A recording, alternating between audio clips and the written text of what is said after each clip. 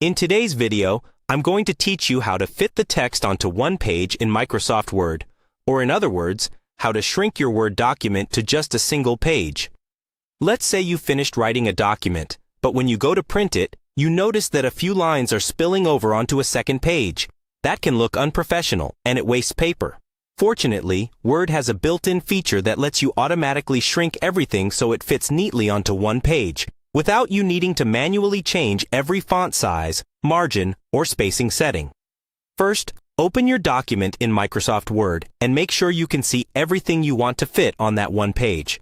It helps to scroll to the bottom and quickly check what exactly is overflowing onto the next page. This gives you a sense of how much Word needs to shrink things. Next, go to the top of the screen and click on the File tab.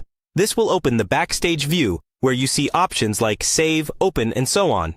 From here, click on Print. Don't worry, we're not going to actually print yet. We're coming here because one of the most useful tools for shrinking your document is hidden in this Print view.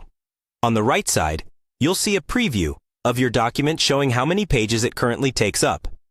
Just below the printer selection, look for the setting that controls how the document is scaled. It may say something like No Scaling or Print one page per sheet. Click on that drop-down menu. In the list of options that appears, select Shrink one page.